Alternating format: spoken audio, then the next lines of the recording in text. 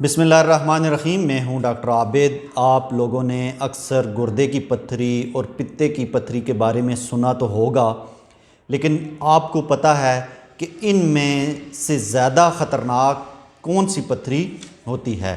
تو آج میں آپ کو بتاؤں گا کہ گردے کی پتھری کی بنسبت پتے کی پتھری زیادہ خطرناک ہوتی ہے، کیونکہ گردے کی پتھری تو اکثر آسانی کے ساتھ نکل جاتی ہے، لیکن پتے کی پتھری آسانی سے نہیں نکلتی، اور اگر پتے کی پتھری پتے سے نکل کر بائل ڈکٹ میں پھنس جائے یا رکاوٹ پیدا کرے تو اس کی وجہ سے مزید پرابلمز ہوتی ہیں، جن میں بخار کا آنا، یرقان یا جانڈس کا ہو جانا اور پیٹ کے مقام پر شدید درد جیسی علامات شامل ہیں، اور اس سے پتے میں انفیکشن بھی پیدا ہو سکتا ہے اور پتے میں سوجن بھی پیدا ہو سکتی ہے۔